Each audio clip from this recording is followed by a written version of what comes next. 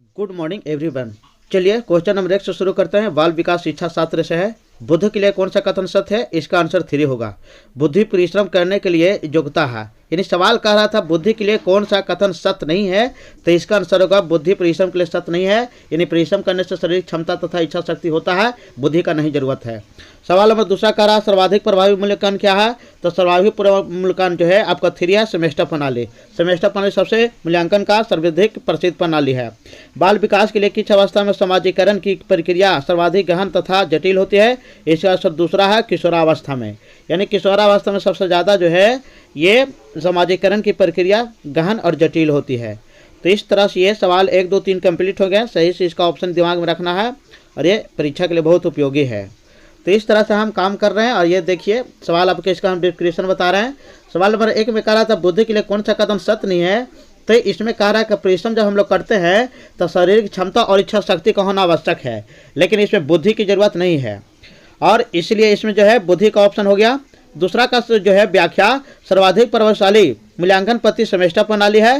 मूल्यांकन एक व्यापक पद है जिसमें जांच एवं मापन दोनों आते हैं। मूल्यांकन का प्रमुख संबंध छात्र के विकास से है। मूल्यांकन निरंतर चलने की क्रिया है और यह निरंतर चलते रहती है।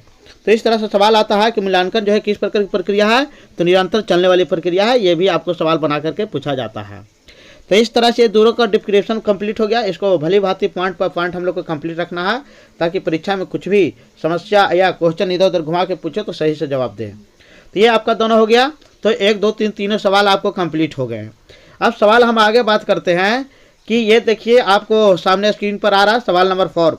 वस्तुनिष्ठ परीक्षण विधि का प्रयोगात्मक विधि का मूल अंतर क्या है? तो इसका आंसर 2 होगा। वस्तुनिष्ठ परीक्षण विधि की साधारण परीक्षण होता है जबकि प्रयोगात्मक विधि को निरंतर परीक्षण होता है। इसका आंसर B होगा। सवाल नंबर जो है इसका है, इसका भी हम व्याख्या देख लेते हैं। वस्तुनिष्ठ परीक्षण विधि में साधारण परीक्षण होता है जिसमें किसी समय पर किसी विशेष कार्य के लिए एवं कौशल के माध्यम से परीक्षण होता है तथा प्रयोगात्मक प्रशिक्षण में नियंत्रण परीक्षण होता है जिसमें सामूहिक वाद विवाद या प्रश्नोत्तर विधि का प्रयोग किया जाता है। तो ये जो है वस्तुनिष्ठ जो है ये हमारा परीक्षण विधि है और इसमें जो हमारा है दिमाग में रखना है। इसके बाद तीसरा का हम व्याख्या हम आपको बतला दे रहे हैं। सवाल नंबर 3 जो था उसमें था बाल विकास के किस अवस्था में समाजीकरण की प्रक्रिया सर्वाधिक गहन जटिल होती है? तो समाजीकरण एक प्रक्रिया ऐसी प्रक्रिया है जो बालक को सामाजिक प्राणी बनाता है।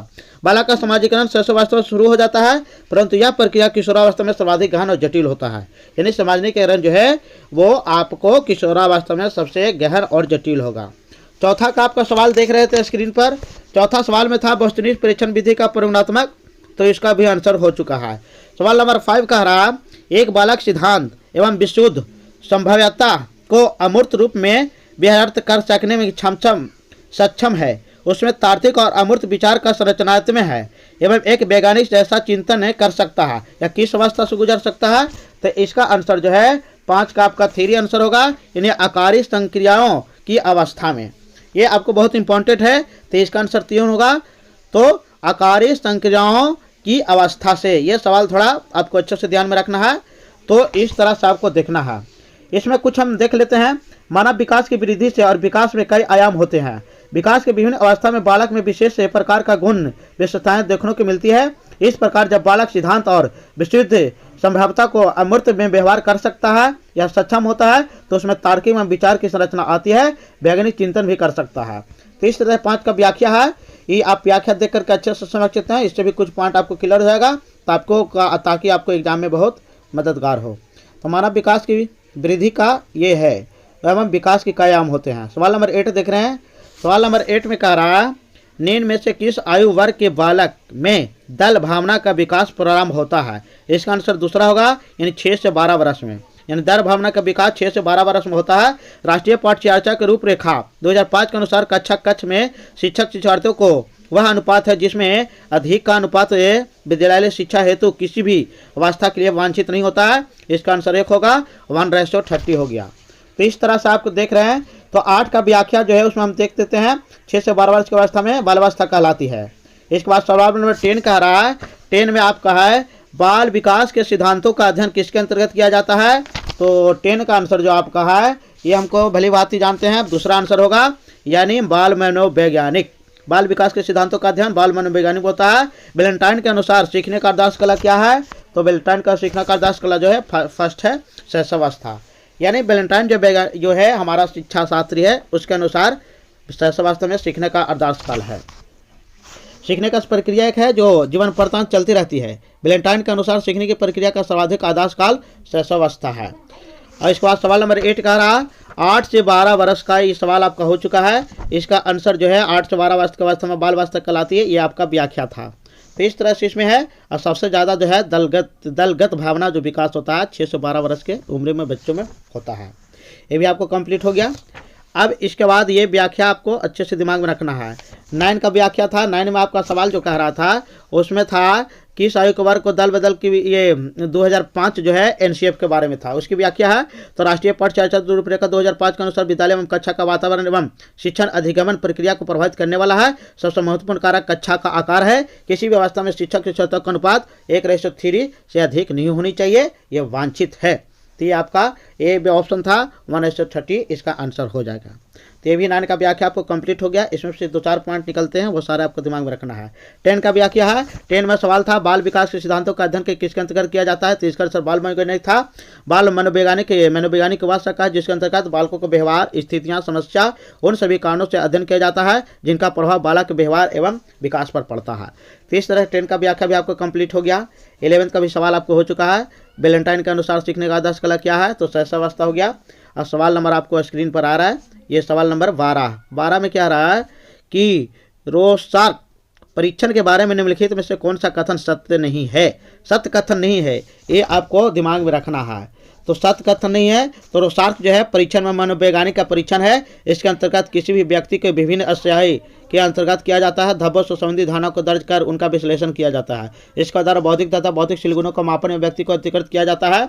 तो 12 का आंसर जो आपका हो गया, ये 12 का आंसर 2 हो गया। दूसरा का आंसर हो जाएगा आपका ऑप्शन नंबर रोसार्क परीक्षण व्यक्ति की संपूर्ण रूप नैदानिक जांच करता है, यही आपका आंसर है, दूसरा का होगा। इसके हम व्याख्या भी बता दिए हैं कि रोसार्क परीक्षण एक मनोवैज्ञानिक परीक्षण है। इसके अंतर्गत किसी व्यक्ति के विभिन्न स्याही धब्बों से संबंधित धारणाओं को दर्ज कर उनका विश्लेषण किया जाता है। इसके द्वारा प्रशिक्षण एवं प्रशिक्षणशील गुणों का मापन का व्यक्ति को अंतर्वस्तु को उजागर किया जाता है। 11 में है सीखने की वह प्रक्रिया है जो जीवन वृत्तांत चलती रहती है। वैलेंटाइन के अनुसार सीखने की प्रक्रिया का सर्वाधिक काल शैशवावस्था, ये भी हो गया। 12 का भी आपका व्याख्या है। व्याख्या भली बात आप स्क्रीन पर देख सकते हैं, इसका दिमाग में रख सकते हैं। तो इस तरह से रोसार्क परीक्षण जो है मनोवैज्ञानिक परीक्षण है। इसके अंतर्गत किसी व्यक्ति को स्याही को धब्बों को संबंधित धारणाओं को दर्ज कर उनका जो है दर्ज करके उनका विश्लेषण किया जाता है। इसका द्वारा बौद्धिक एवं बौद्धिक गुणों का मापन एवं व्यक्ति की अंतर्वस्तु को उजागर किया जाता है। तो इस तरह से ये 12 तक व्याख्या कंप्लीट हो गए हैं। अब देखते हैं स्क्रीन पर जो है इसका आगे आ रहा है सवाल नंबर 13 कह रहा। 13 कह रहा पाठ में बालकों की रुचि उत्पन्न करने के लिए करना चाहिए। तो पाठ में बालकों को रुचि करनी है। 4 ऑप्शन है, चारों ऑप्शन में देखिए। तो इस ऑप्शन में से जो आपका है ये आंसर 3 होगा।